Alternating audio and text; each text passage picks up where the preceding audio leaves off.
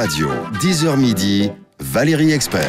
Avec vous sur Sud Radio, on est ensemble jusqu'à midi et on parle d'une fiction qui va être diffusée samedi soir, une fiction policière sur France 3, Puzzle, avec Sagamore Stevenin, Elsa Linguini et Nedra Ayadi qui joue également à vos côtés. Sagamore Stevenin, vous incarnez un juge, on le disait dans la première partie, vous êtes plutôt flic d'habitude, où on se souvient de Falco évidemment, au voyou. Là, ce rôle de juge, il a fallu être un petit peu plus... sobre, quoique. Sobre, avant j'en faisais des caisses non, mais par rapport à un flic ou par rapport à un voyou, la profession de... On sait pas véritablement... C'est un juge d'instruction qui avait été écarté de l'affaire, il faut le dire, auparavant. Donc il y a une petite revanche à prendre. Voilà, il est un peu borderline. Surtout qu'il vient de son propre chef. Je sais pas d'ailleurs si légalement c'est juste non, impossible. Ça tient pas. Ouais. Mais en même temps, bon, c'est de la fiction. C'est France 3. Ouais. Et donc, oui, ce rôle de juge, qu'est-ce qui vous a plu, vous, dans le rôle, quand on vous l'a proposé ? Ce qui m'a intéressé, en fait, c'est les murmures. C'est pas forcément le personnage.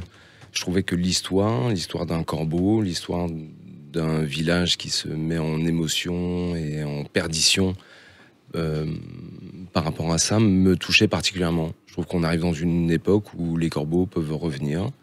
Et...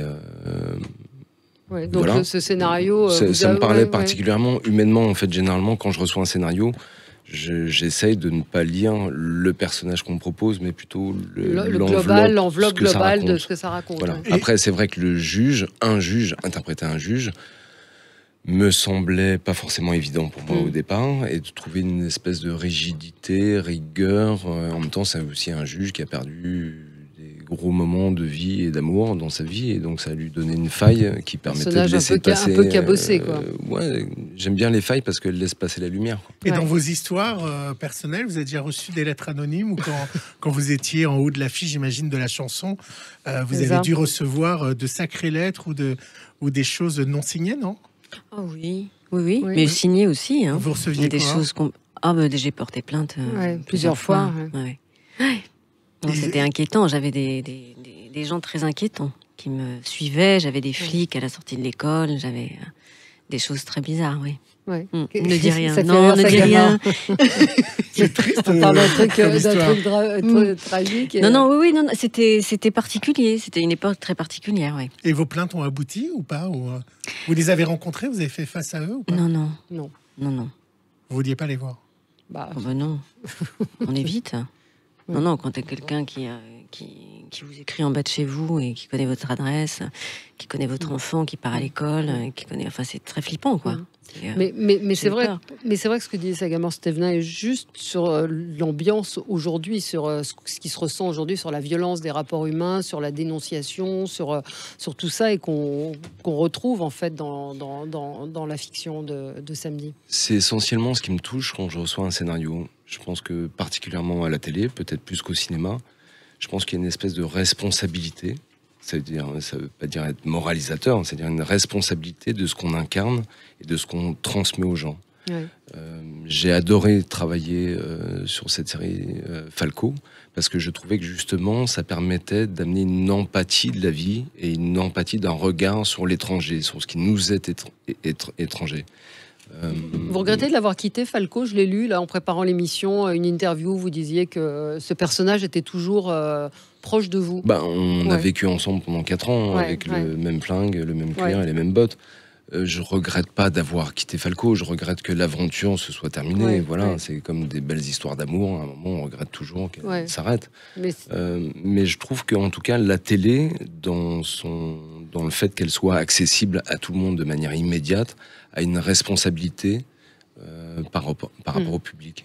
Et quelle série vous aimez bien à la télé? Vous regardez beaucoup la télé? Alors, en ce moment, je suis devenu complètement dingue d'une série qui s'appelle The American, qui est sur Netflix. Très bien, Et je me dis, sur Canal auparavant. Alors, comme j'ai pas la télé, j'ai pas Canal, mais j'ai Netflix. Je suis dans mon moulin le soir, il y a la rivière qui coule et je regarde ça.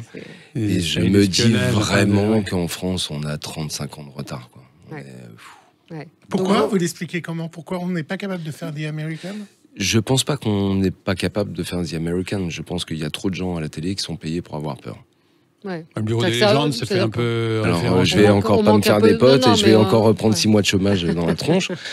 Mais si je regarde la télé des années 60 en France, que ça soit 5 colonnes à la une, que ça soit, on avait une énergie, il y avait une prise de risque incroyable. Aujourd'hui, on a l'impression que c'est Pompidou, plus De Gaulle, plus tout le monde qui est revenu. Parce que c'est les chiffres qui décident, c'est des statistiques. C'est Et pas les forcément. études plutôt que, oui, les mais là où créateurs. je suis pas tout à fait d'accord avec vous, c'est comme disait Coluche, il suffirait qu'on arrête de leur vendre de la merde pour qu'ils arrêtent de la regarder. Non, Mais c'est vous pas aussi trouvez simple que que ça, hein. vous parlez de baisse de qualité sur la fiction ou en général Je sur les émissions de divertissement? je trouve qu'il y a trop de gens qui ont peur De prendre des risques. et que Ça, c'est la sûr. base de notre métier, que Bien ça sûr. soit à la Bien télé, sûr. que ça soit au cinéma, que ça soit au théâtre, j'ai jamais fait la différence sur un plateau en Ouais, arrivant. La base de notre métier, c'est d'un point de vue, un Mm. point de vue de ce qu'on raconte. Et je trouve malheureusement, mais c'est un avis très personnel, et je vais encore pas me faire des potes, que quelque part on essaye de plaire à tout le monde. Et quand on veut plaire à tout le monde, généralement on plaît à personne. Mm. J'ai commencé Marlowe par exemple avec José Dayan. Mm. J'ai fait un des deuxième épisode. C'était clairement évident, et c'est ça qui était intéressant, qu'il y avait une prise de risque. Ouais. Il y avait un Oui, désir. oui, c'était. Voilà, ce ouais. désir, Corinne Mazero, elle l'incarne et elle Oui. prend des risques. Et ça cartonne. Et ça cartonne. Ouais. Oui. Enfin, bah, au départ, donc- au départ, c'était qu'un unitaire. Oui. Oui, Oui, mais ce que elle je a veux eu, dire, c'est une le prise de courage. risque. Elle a eu le courage de prendre ce risque-là, de pas mettre, Oui. de choisir je le prends un personnage exemple. de Corinne. Si c'était pas José Dayan qui était la réalisatrice de ça, par exemple. Parce que José Dayan, qui est quelqu'un que j'aime beaucoup, a quand même une certaine stature Oui, et elle a un imposé certain les choses, poids oui. dans ce métier et à la télé. Si ça n'avait pas été José Dayan qui réalisait cet unitaire, ça serait resté un unitaire. Oui. Ouais. Après, il y a aussi des dirigeants, mais c'est vrai que toute la difficulté de la télévision, c'est est-ce qu'on fait un programme ou un téléfilm qui marche, ou est-ce qu'on fait un programme et un téléfilm qui est bien. Mais on sait Il me pas. semble Oui, que on on ne sait sait à pas, l'avance. c'est ça. Oui. Il me Si semble on que prend si pas on de veut risque, faire pour que oui. ça marche, on a déjà perdu. Bah oui. Aujourd'hui, on a des outils incroyables qui n'existaient pas il y a 30 ans. Aujourd'hui, les jeunes regardent sur leur téléphone, leur tablette. Enfin, je veux dire, on peut toucher le public de manière directe, d'une façon évidente. Donc, il me semble que quelque part, on devrait pouvoir se permettre une certaine liberté, sachant que malgré tout, il n'y a pas mort d'homme. On n'est pas en train de déclarer la Troisième Guerre Non. mondiale. Vous voyez ce que je veux dire? Non, mais quand vous faites la comparaison entre des fictions américaines et des fictions françaises, il y a beaucoup plus d'audace. Je parle américaine, ouais. ou je parle Oui, norvégienne, ou ou je parle israélienne, suédoise, ou Fauda, israélienne, formidable. enfin, et j'adore regarder ça. Et c'est quelque chose qui, au contraire, me donne beaucoup d'énergie. Quand je finis un épisode de ça, je sors dans mon moulin la nuit et je me dis, merde, ça existe. C'est compliqué d'être comédien aujourd'hui. Aujourd'hui, où je pense que ça a toujours été compliqué. Ouais. Mais Elsa? Oui, je pense. Oui, il y a des. Oui, je pense ouais. que c'est Il y a, compliqué. il y a des gens bankable, d'autres qui ne le sont pas. Ah oui, de toute façon, quand on n'est pas dans la ouais. case, quand on Ouais. n'est pas sur le devant de la scène, à un moment donné, vous n'intéressez personne. Donc, il suffit de faire juste un truc, dans le bon truc, Voilà, au et bon d'un seul moment. coup, vous passez du bon côté. Et on vous propose tous les scénarios du monde. Voilà, non, c'est pas simple. je trouve que c'est un métier qui est assez à l'image de la vie. C'est-à-dire que la vie est profondément injuste. Donc, c'est-à-dire que quand on est à la mode, on ne se pose pas la question de savoir pourquoi on est à la mode. En revanche, quand on reçoit moins de scénarios, on se demande pourquoi pourquoi on en reçoit nous moins. appelle plus. Ouais. Voilà. Et vous avez des projets alors? Racontez-nous un peu la suite. La suite, c'est ça. Les là, Américains, en version française. Non, j'adore non. le cinéma américain, j'adore les Américains quand ils viennent à Cannes en disant que c'est grâce à Jean-Luc Godard qu'ils font Ouais. le cinéma, surtout quand c'est Tarantino. Ouais. Je veux bien échanger Jean-Luc Godard contre Tarantino, voilà. Ouais. Là, je suis en pleine préparation d'un long métrage, mon premier long métrage, et donc Super. je comprends enfin aussi maintenant pourquoi quand je commençais un tournage et que j'étais face à un réalisateur ou une réalisatrice et je me disais mais il est vraiment épuisé quoi. On n'a pas commencé le film, il est épuisé. Ouais. Et ben maintenant je comprends C'est vous qui pourquoi êtes- il est c'est vous épuisé. qui êtes épuisé. C'est-à-dire que c'est un tel chemin de croix avant, il y a tellement d'étapes à passer. Ouais. Vous avez déjà le casting et le. Il y aura un rôle pour et les le gens. genre. C'est en cours. Et j'ai un ami qui m'a dit une très belle phrase que j'ai dite à Elsa juste avant de rentrer. Il m'a dit en fait, tu sais, le boulot d'un producteur, c'est de convaincre le réalisateur la veille du tournage qu'il a toujours envie de faire ce film. Ah, c'est une Et je comprends. Ouais, Et en fait, je comprends. Parce qu'on a fait déjà écrire le scénario en soi, c'est vraiment une partie de son humanité qu'on met sur la table et qu'on essaie de transcrire à travers le papier, à travers les mots. Mais ensuite, le parcours est tellement difficile, tellement compliqué. Alors quand j'entends des Catherine Deneuve qui disent, avant d'aller à Cannes, qu'il y a trop de films en France... Oui, peut-être. Mais encore vous faire une copine.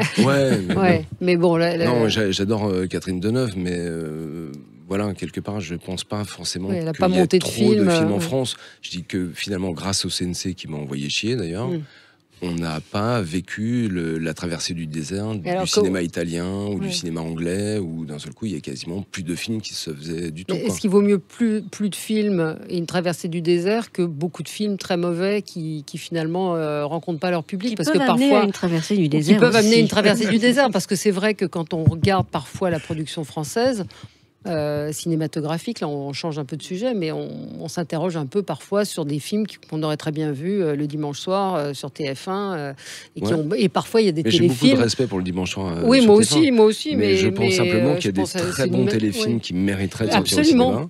Et inversement, des films cinéma qui pourraient très bien passer à la télé et ça gênerait personne. Ce qui est intéressant, c'est le parcours des acteurs et des réalisateurs. C'est de voir qu'avant, il y a 10 ans, par exemple, les acteurs de cinéma très connus, en gros, gerbaient un peu sur la télé, parce que c'était le genre mineur.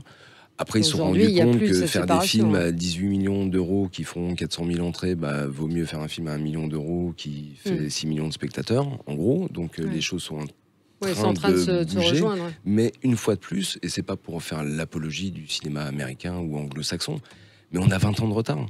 Ça fait 20 ans qu'il y a des grands acteurs américains qui vont faire... Je me rappelle déjà de Colombo. Merde, Peter Falk, Cassavetes, Gena Rowlands... Gardien, je vous permets pas. Navarro. On a Navarro. J'ai rien contre Joséphine. Joséphine. Ils n'ont pas Joséphine. Elsa, vos projets à vous? Là, je pars tourner sur Cain. Sur Cain. La série de France 2. Tu restes en chaise roulante? Non, pour le coup, c'est moi qui suis pas en chaise. Non, c'est un très beau rôle. J'ai 2 rôles à jouer, c'est 2 sœurs jumelles et c'est très un rôle aussi très complexe et très intéressant à interpréter. Eh bien, Puzzle, ce sera samedi soir, donc à 21h sur France 3. Et c'est vrai que la fiction de France Télévisions, il faut saluer Anne Holmes qui a réussi à prendre des risques pour le coup et à impulser des choses. Mais Aux Animaux la guerre, je ne sais pas si vous l'avez vu, qui était formidable, vraiment, mais qui était difficile. Là, il y avait du courage, ça n'a pas marché, mais c'était une fiction qui était digne d'un film de cinéma, qui était remarquable avec Roche Dizem. Donc, mais le samedi soir, ça marche toujours très bien, les fictions sur France 3. C'est une très belle case pour la fiction française, avec toujours dans des régions. Je trouve que ça, c'est un point très fort de ces séries et de la vôtre, notamment. Oui, puis là, vous n'avez pas The Voice, donc... Oui, il n'y a pas The Voice, il y a quoi en face? C'est quoi The Voice? Vous savez pas ce que c'est The Voice? C'est américain pourtant le format. C'est des gens qui se retournent sur des chanteurs, mais je sais bien. Allez. Il y a quoi? J'ai découvert au Canada. J'étais au Canada, j'ai vu la version canadienne. Bon. Très rigolo. On s'en fout. On regarde Puzzle samedi soir à 20h, à 21h sur France 3. Vraiment, regardez-le parce que vous êtes vraiment formidables tous les deux. Le couple fonctionne très bien et on voit que la complicité est là. Merci à vous. Merci on se retrouve dans un instant. Restez avec nous sur Sud Radio.